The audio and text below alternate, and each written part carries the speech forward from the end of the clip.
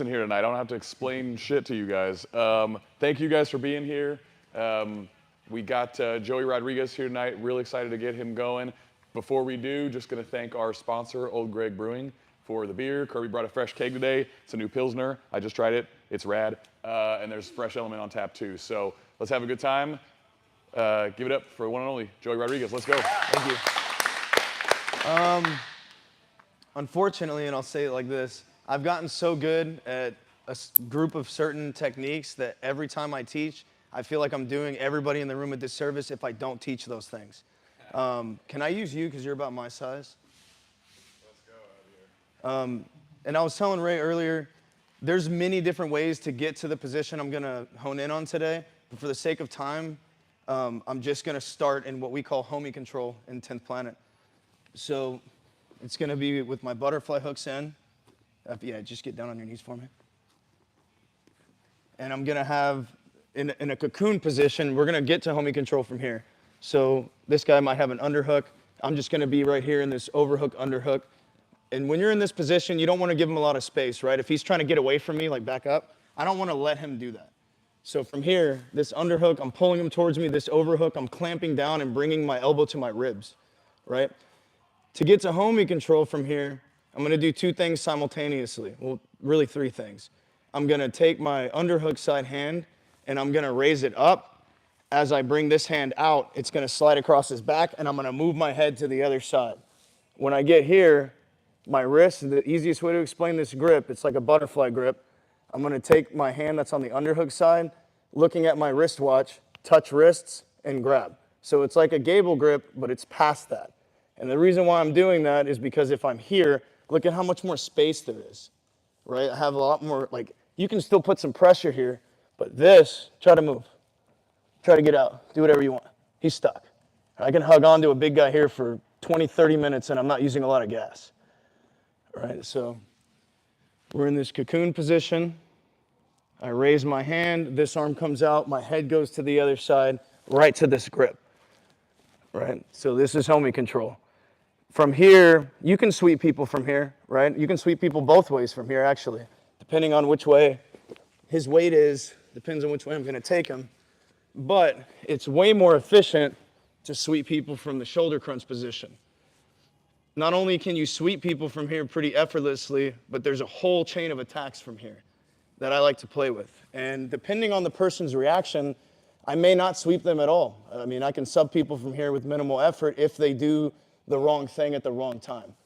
So to get to that shoulder crunch position from here, it's a series of clinches. I'm going to take my bottom hand, the one that's coming around this way, I'm going to grab his lat. If I can get to his armpit, sometimes if they're like, don't have like a super broad chest, you can actually get all the way over there. For this sake, he's kind of a broader guy. I'll just grab his lat. This arm, the same part of your wrist, the little blade that you choke somebody with in a guillotine, I'm going to cut that down right behind his shoulder muscle.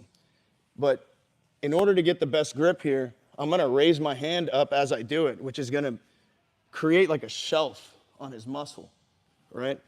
That is going to turn into like a ball and socket. So even without this hand, try to get out, I got time where I can hold him here with one hand. So when I'm here, when I go to disconnect this hand to come underneath, I have time where if he's really resisting and trying to get away, I can hold him until I get back right here, right? Now, when I first started learning this, which a lot of you will feel naturally inclined to do, you're going to want to do this and like unbag the head. The problem with that is as soon as you start doing this to people that know what's up, it stops working. Because the second I do this, he just backs up and limp arms out and gets out of it. All that work just goes in the toilet, right? So if I'm here, I need to go from clinch to clinch to clinch to clinch, never giving him a chance to get away. Right, so for the sake of time, I'll go over the sweep real quick, and then I'll show you guys some other things at the end, what else I do from here. If his weight is where it's at right now, sweeping him is going to be really easy. You'll find different reactions from here. Guys will either throw their hips back and like put their chest down, so just like back up. Like sometimes they'll do this, trying to stop the sweep. I have an attack for that. Sometimes they'll jump to their feet and like squat, right? And they think that's going to stop it. Sometimes they'll just like push me down and I'll be right here. Either one of those things happen, you still sweep him, right? There's just different ways to go about it. But if he's in the right spot, I'm not going to fall back. All right? A lot of times you naturally want to fall back from here, and if you fall back, it's going to take a lot more energy to turn him over if he doesn't want me to turn him over. So I'm actually going to fall like diagonally that way. And my left foot is guiding him. It's not lifting him. Most of the sweep is coming from my elbow, jacking under his jaw. So that's why it's important to have my hands in the right spot. If you're like over here or too far down here, you're not going to be in the right spot to create that torque. If you're like right over the top of his shoulder muscle there with your grip and your elbow's in the right spot, it's very uncomfortable for them. And we just fall and guide. And when I land, I don't let go of this. When I first started doing this, I would land and just like, okay, I'm in mount. Yeah, woohoo. I have a really good spot to start chaining things together from here. You know, if he turns really hard that way and I have this underhook, I have a Kimura. I can turn it into an armbar. I can chair sit to the back. I have lots of different things that can happen from here if I don't give up the underhook that I just worked for from a seated position. Before I show that a couple more times, does anybody have any questions of the things I just went over? Cool. So we're in a cocoon. Everything happens all at once.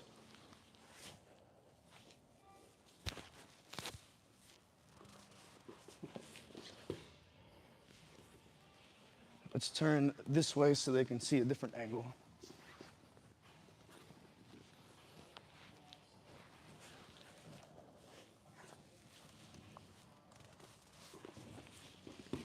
Cool. You guys think you got that? All right, let's give it a shot. On two, 1, 2. Thank you. What was your name? Javier. Javier, nice to meet you. Spread out, boys. We got space. Have fun.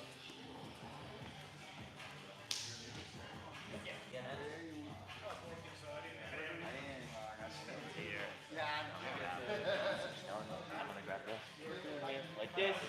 Now I gotta get to the cable grip. So I'm gonna go from here. I'm gonna grab this. I think you want to shrug first. So shrug first. That's the second part. Okay, so here. Yep. Shrug. So you're going to disconnect the overhook, right? So check this out. Your head's over here. You're just going to slide across and move your head at the same time. While still keeping. So go to the overhook, right? So you're going to let go of the overhook as you get your head on the other side, just like that.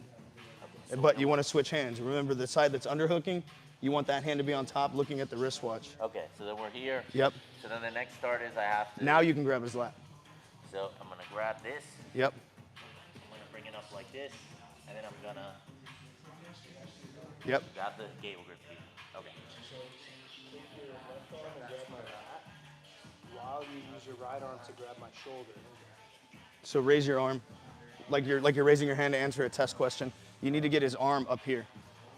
Right now, use the blade of your wrist to cut down right in front of this muscle. You're gonna have to push his head out of the way with your hand. It's not gonna be friendly. Then you can come underneath with the other hand. Yep, just like that. Beautiful. You see how when you follow at the right angle, how effortless that sweep is? Dude, I've swept people literally double my weight with this without even feeling like I was doing something hard. Like, if you get at the right spot, it's like a very easy off balance. It doesn't require a lot of energy. When you transition that left arm around, are you having a gable grip as your final grip? It's a butterfly grip. I'm always going past that. And like I said, the reason for it is look at the circle right here. See how much smaller that gets? It's just it's less energy to maintain the clinch. The smaller that circle gets.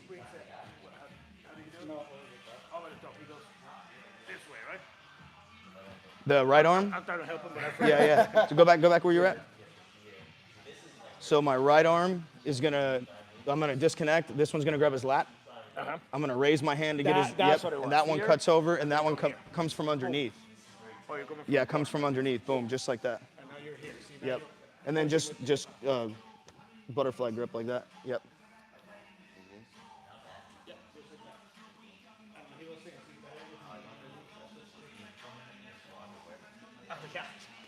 You guys got this? I think so, man. Let's see it. Let's see it. That looked clean. Yeah? Yeah. Is it a quick move? Or is it... Sometimes you're gonna have to do it quick. If you're going against a guy who's just like moving really quickly, you're gonna have to time it and you're gonna have to get there pretty quick. That's why I like teaching those 3 things all at once versus in separate moves because you don't have time to do it separate. After you do the shrug and you're in the clinch, are you like worried about your head and Show me. clinching at all? So from here, you should shrug. Yes, Bring him in bury, tight, bury like your you- chin. Imagine if I was to take an arrow and I'm poking it through your head, through your ear. I want it to go all the way through his ear. So touch ears just like that. Okay. That looks good. Go ahead and sweep him from there. Nice. You see how it doesn't take much energy to do that when you're in the right spot. Yeah. Yeah, that looked good.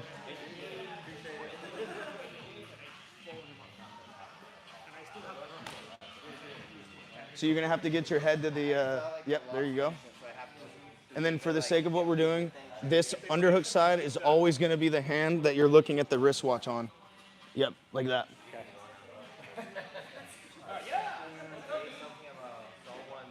So go ahead and raise your hand, like keep his lat here. Raise your right hand to create more of that pocket I was talking about. You'll get a better leverage point on his shoulder.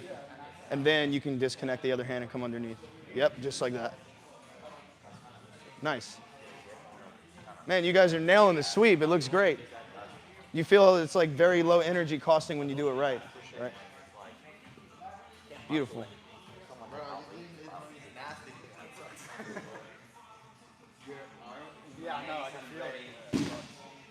How you guys feeling? You got it? Good. Cool. Yeah, one thing, can I ask you on the head positioning Sure. thing? So, actually, so when we start, you know, I have this here. You're starting on this side and coming to the other Yep. side, right?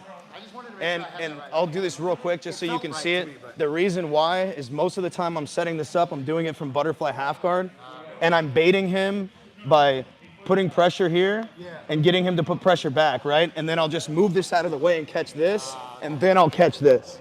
And then depending on his reaction here, if he's off balance already, I don't even have to, I can just sweep him there, right? And then you always want your head on this side of the overhook, because if your head's over here, you don't have as much leverage. Right? Okay, yeah, that makes a lot of sense. Thank you. Yes, sir.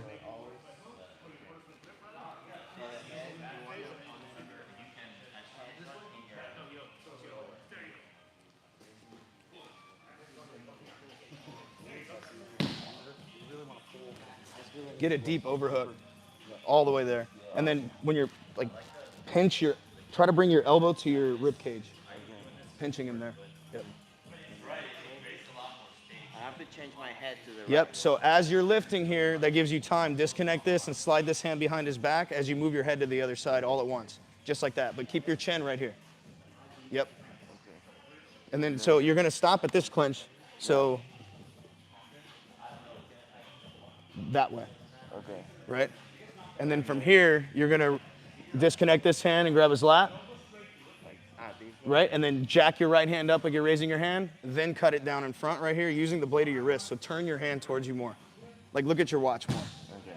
Right there. Then disconnect that hand, uppercut it underneath, get to that same grip you were just at with the same, right? And then you're gonna sweep him from there. That looks good, but try to fall backwards less and fall sideways more. Yeah. Guys, when you set this up correctly, you should have enough tension with your grip that it makes somebody that doesn't have like exceptionally healthy shoulders start to wince. Like I've tapped people just with the clinch if they have like weaker shoulders. It's just not a comfortable spot to be in, and it shouldn't feel comfortable for the person you're doing it to. That looked really good. That was clean. How are we doing on time? Yeah? Guys, bring it back real quick. I'm going to show just from here. You guys picked that up all really quick. This is probably the submission that I have the most kills with of all the things I've ever done in jiu-jitsu. Where's my guy? Can I use you again, brother?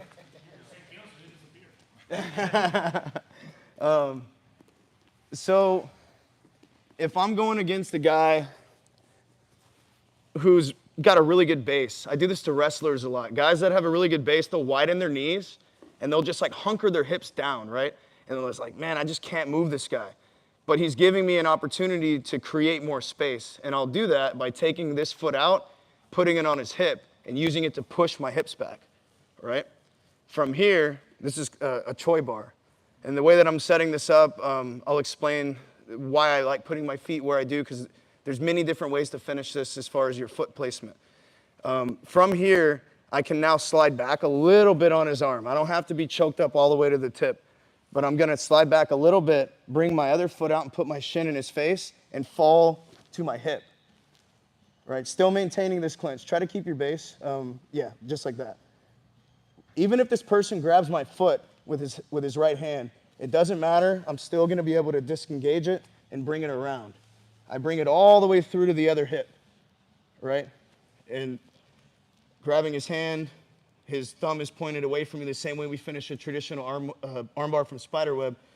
I'm pinching with my thighs. You can break his arm in this really weird angle here. It doesn't take a lot of pressure to do it, so if you get to this position, just be mindful of your opponent and your training partners. Don't just wrench on it. It's gonna hurt, right? So he's tapping right there. I'm putting very little effort on it. If he rolls from here, go ahead and look and just roll. Yep, just keep going. Get your hips over your body. My left foot is in a position now to go right behind his head, and my right foot is chopping right there. He can't corkscrew out of this. Your typical hitchhiker escape does not work from here, right? So if I can't finish him in that one spot and they roll, I'm always getting the finish from here. The beautiful thing about this is if you get good at it, you can time it, and the person can be really skilled at getting away from these positions and have a very good defense. As they front flip, you can preemptively set up your foot position where it's gonna go, and they'll land in the arm bar, and they don't even have a chance to corkscrew. It's too late, you're already breaking their arm. So I love this technique. It's something that I think everybody should have in their game. You guys are picking that up quick, so I'll show you this too. So we get here. Now let's say he brings his hips really far back, away from me, right? Like he's leaning forward, he gets to get his hips back. Same thing, right? I can put my foot on his hip, but now he's giving me enough space here because he's so far away from me that I can completely take this leg out and just lock him up in a traditional triangle. And you'll find when you have somebody's arm isolated like this, there's so many different ways that you can go about doing this. Like, even if you get stuck right here, you can hit an arm crush and still break their arm just in this, traditional position like that. Like trapping the wrist with your head and breaking it there. There's lots of different things that come from this position. Sometimes the person will do a front flip right here, right? So go ahead and just roll the same way you did. Front. Yep. Sometimes they'll just roll from here, the other way, like off to the side. Yep, just like that. Keep going. All right. So right there, and if their head comes up, I'll lock up a triangle right here. What I love about this position is there's answers everywhere for whatever they do, because you have your body kind of like coiled around one of their arms to the point where it's like your entire body versus one limb. Me being a smaller guy, I've realized that if I can move myself around somebody, it doesn't matter how big the person is. What matters is how can I effectively attack with all of my strength one part of their body at once. So the Choi bar again, kicking him away from me a little bit, swinging down to my right hip. Notice I'm losing his arm a little bit, but that's okay. This one swings over, goes all the way to the far hip, never letting go of his arm, keeping it to my chest. You feel it in your shoulder too, right?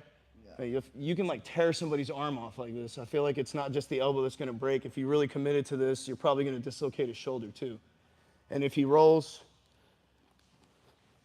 my left foot just goes right behind his head, right foot goes on top, boom. Any questions on that, guys? I'll show the triangle again. Guys got that? Cool. Triangle's very easy. Rolling that way. Don't roll for this one. He's just get your chest a little low and your hips back, right? So he's just hunkering down. He doesn't want to get swept. He knows it's coming. This foot goes to the hip. This one comes out. I pull him on top of me, lock up the triangle. Oh, you guys got that? Cool. On two, 1, 2. Thank you.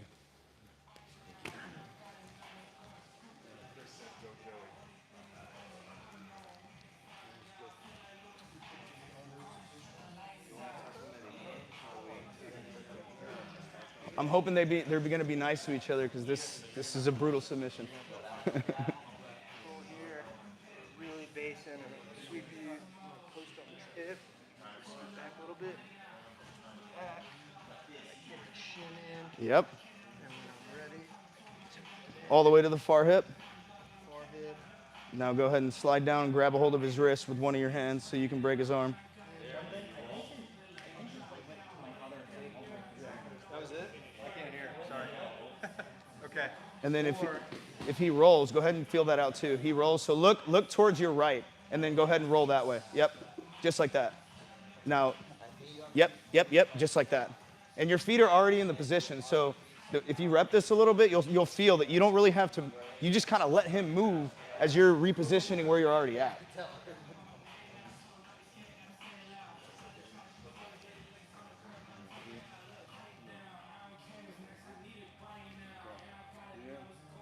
Switch hands, other direction. Yep, like that. And then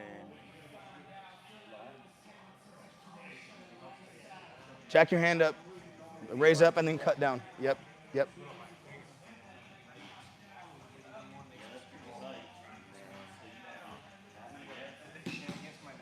Right foot goes to the hip. Use that to create some space. Now your left shin is going to go across his face, but you're going to fall to your right hip at the same time that you do that. So kind of swing over as you bring your left leg up, and your left leg needs to come in front of his face. So your shin, right there. Yep. But get it a little deeper than that. So bring your knee closer out. Like bring your knee higher up. Yep. And so your foot needs to be on this side of his arm, on my side. On the outside? Yep. Your foot needs to be over here. Oh, okay. Right? And then so from here, you've already kind of choked up the grip a little bit. Keep this foot on the hip. You got that? You're going to swing this foot down and around and over his body. So just Like this? yep. Now bring it all the way through. You might need to get on your hip more. You're laying a little flat, right? So bring that through to the other side. You're gonna need to take your left leg and pass it over. Yep. You can still break his arm from there, but the position's a little loose because of how you got in it, but conceptually, that's what you're doing. It'll feel more normal, it's kind of a weird movement to get used to, but once you feel where it's at, you'll start to figure it out.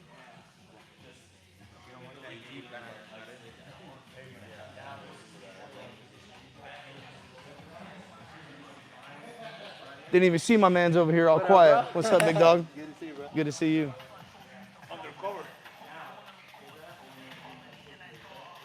Nice.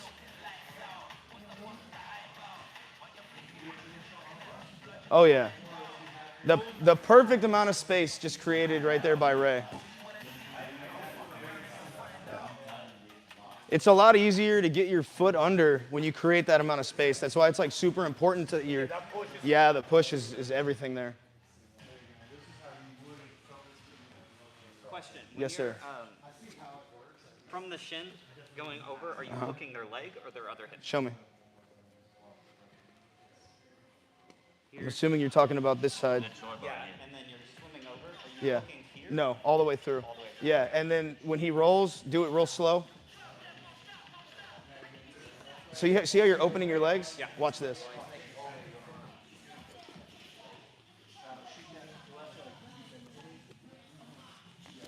Go ahead and roll. I never uncross my feet. That way, yeah. I'm letting him roll under. I'm keeping myself in the same spot. And the reason why I like going to the far hip with that leg, like I said, there's other ways to finish it, is because of that exact reason. It doesn't require me to do anything fancy. My feet are already right there. And I'm just in that spot. I consider this a perfect armbar when you get there if they roll. Yeah. I've never had anybody get out of that I can remember once I get there. People have escaped the Choi bar, but if they roll and I end up in that armbar with the legs woven like that, it's impossible, man. I feel like there's no way to I stop can it. see it. Now I can see what you're saying because like you just feel so solid Yeah. in that position. And then where your feet are, like I said, you're preventing them from stacking you, you're preventing them from hitchhiking. There's really no way out. So it's good stuff. Yeah.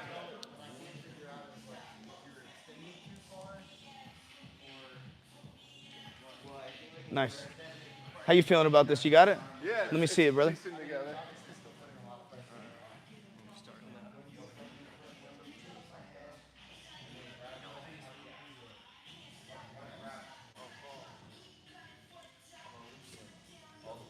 Go a little bit, like farther away, right there, with your foot on this side of his armpit. So don't flare there. Just yeah, you want to get your shin on that side of his head, or that side of his shoulders.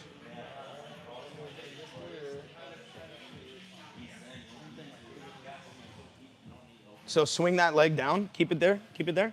Swing it down, and you're gonna come out and all the way around and through, like that.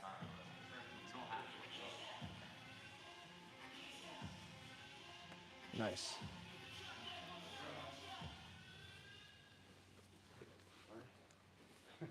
So if you kick off of his knee, you're gonna sweep him. That's what I feel. I'm like, oh, Yeah, too far and back. I'll show that You at do the it end. hip. You have to do it at the hip, or you're gonna kick his leg out from under him.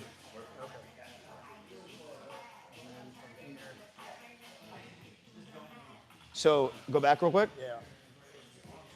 Create more of an angle and rest right here for a second. Use that to kind of position yourself a little bit better. That way, when you swing over, you're in the right What spot. is a better position from Let me show you real quick. Yeah. So I'm gonna kind of swing off to the side, but you see how like the front of my shin is what's making contact. If you're too deep in here, it's gonna be a little bit more bunched up. So I'm right here. That allows me to have more clearance room when I swing over. I think I was probably too parallel. Yeah, the more you do it, the more you'll find the spacing right. Yeah. Okay. Cool. Yep.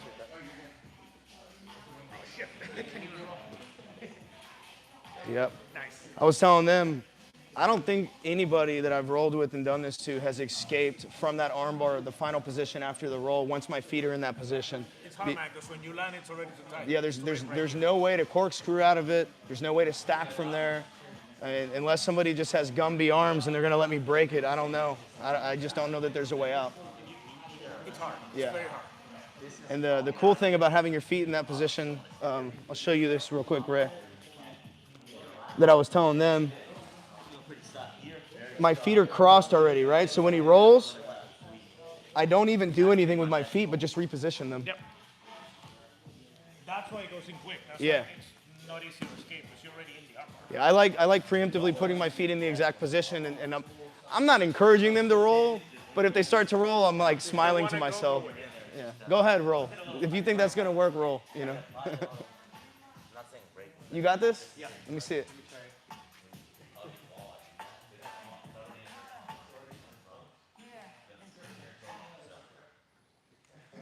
What grip would you go for up here? So I'm gonna look at my right wrist watch if I'm underhooking on that side, and that's the side that's gonna be on top. So look at me, this way. Switch your hands, This way. and grip like this. So grip your wrist to wrist. Wrist to wrist, okay. Yeah.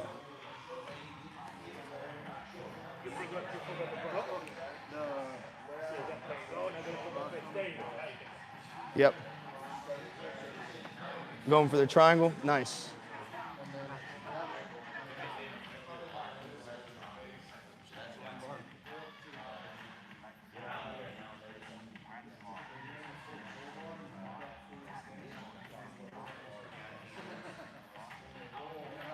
Create an angle when you do that. When you.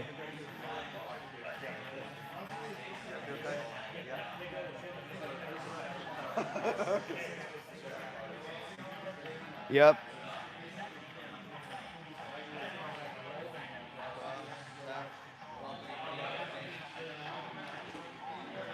So the more you do it, the more you'll start to feel what I'm saying about being able to leave your feet crossed the way they are.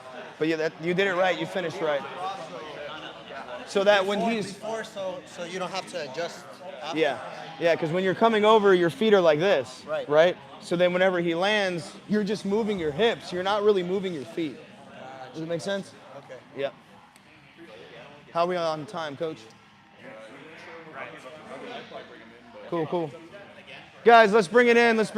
Everyone seems to be getting that. I love the Choi bar. I think it's one of the coolest submissions in jiu-jitsu. I like it because, like I said, your entire body's attacking one limb. Can I actually use you on this one? Going back to just food for thought, we'll end it with this type of situation. It doesn't matter what the person's reaction is. There's an answer. Do whatever you want to try to get away from me. From here? Yeah, whatever. Just whatever comes to your mind. You can still lock up a Choi bar even if it's not like perfect. You see how he was grabbing my bottom foot? It doesn't matter. I was still able to get my leg over. Main thing is we're not abandoning this situation. And a key takeaway, like I said, when you sweep from here, do not abandon this. A lot of times what I'll do is I'll like move my head out of the way and let his momentum carry him that way and just get right to a chair sit and take their back. Or one of the things I started doing more recently is going right into a rear triangle from there as well.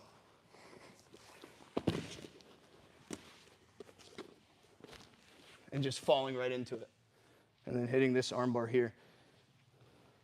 But key takeaway is just, if you can get to a point in your butterfly guard where you can isolate one arm, and this is gonna sound kind of like, I guess mean, but it's the way I like to think about jiu-jitsu. Most people are right-handed, right? They're awkward with their left hand. So naturally, it's gonna be harder for them to keep me from breaking their left hand, so I'm gonna attack their left hand. Any questions on any of this? I think you guys picked it up.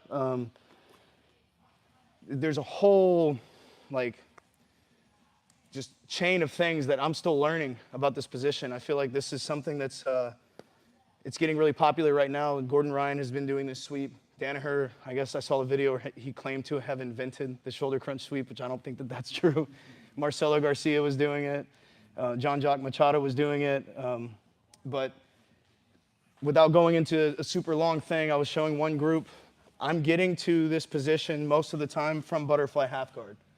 And I'm doing, like, using my shin here to create this dilemma where he's pressing into me. He's trying to figure out a way to either collapse this or push it to the outside. I'm not giving him either one. And whenever I'm ready, I'll move my leg out of the way. He falls into me. I'll grab the overhook. And then this leg will come out, and I'll sit up and get into this position we started in. And a lot of times I force that by, if he's on his feet and he's trying to pass, however he's trying to pass, I'm playing off the hip I want to be on. I'm just consistently getting my feet inside, not letting him pass. He eventually gets frustrated and gives up and comes down. He's like, okay, I'll try chest to chest. And then I'm here. All right, make sense? I appreciate you guys letting me come in and teach you some of the sauce. Let's hear it for Joey. Thank you. Here, do me a favor, scoot back with me a little bit. All right, real quick, just because you're here and we want to know about you, how long have you been at this whole jiu-jitsu game for? I started training at 10th Planet Austin May 10th, 2017. I remember the exact date, and I use it to keep track of where I'm at. The funny thing is, my friend Sky was like blowing up my phone for months, trying to tell me, 10th Planet just opened right behind your house. You're an idiot if you don't go train there. And I was just bartending. I was drinking all the time. I was partying away my 20s. I just didn't care about martial arts anymore. He, long story short, his family owned a taekwondo gym that I grew up training in. And he was upset with me that I never continued to pursue martial arts. So he kept bothering me. Then he started coming out here to Austin from Houston to see me bartend and was still bothering me about it. And I'm just like, fine, dude, I'll go if you leave me alone. And I signed up the same day and never stopped training. Excellent. It is a good friend. And We all to need a this friend day, like that. I actually talked to him today. To this day, he's still one of my best friends, biggest supporters. He loves it. A lot of people that know me saw the transition, but I used to weigh almost like 190 pounds. I'm 5'6", so I was overweight. And I was drinking all the time, just living that lifestyle, waking up at like 2 in the afternoon and eating whatever I could find on the way to work. Just living extremely unhealthy. And slowly but surely, the more I trained, the more I wanted to take care of myself off of the mats to get better at jiu-jitsu. And I ended up losing like 40 pounds and feel better than ever. Very nice. What keeps you going at it, back at it, motivated every day to be in the gym and get it done? Man, I'm just addicted to it. I don't know how to explain it. I just, I don't know. Like I was telling my girlfriend this a couple weeks ago. I overslept taking a nap one time and missed 20 round Tuesday, and I was upset. Like I was depressed. I was pissed off. I went to bed mad that night that I didn't get to go roll.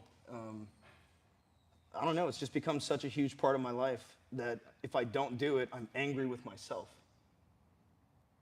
So I've created just like a neurological must-do in my brain, I guess.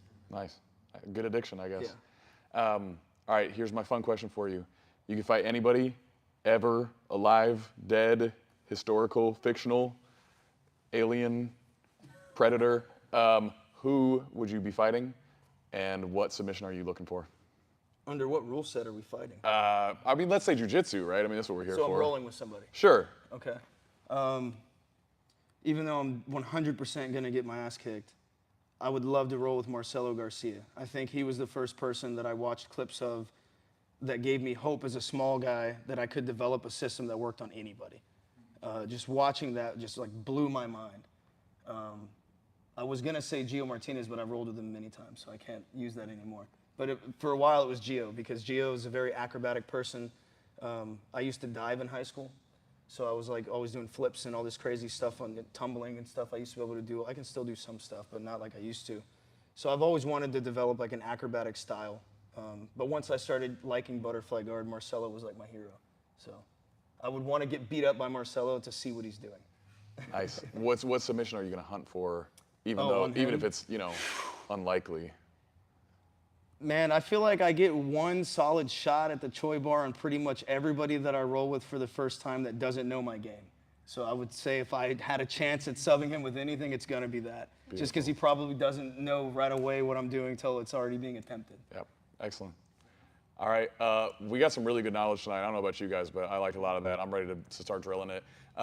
Once again, I'm going to thank our sponsor, Old Greg Brewing and Kirby, for bringing in the kegs today. Let's just have a good time, you guys. It's all OGs here. Like, let's party.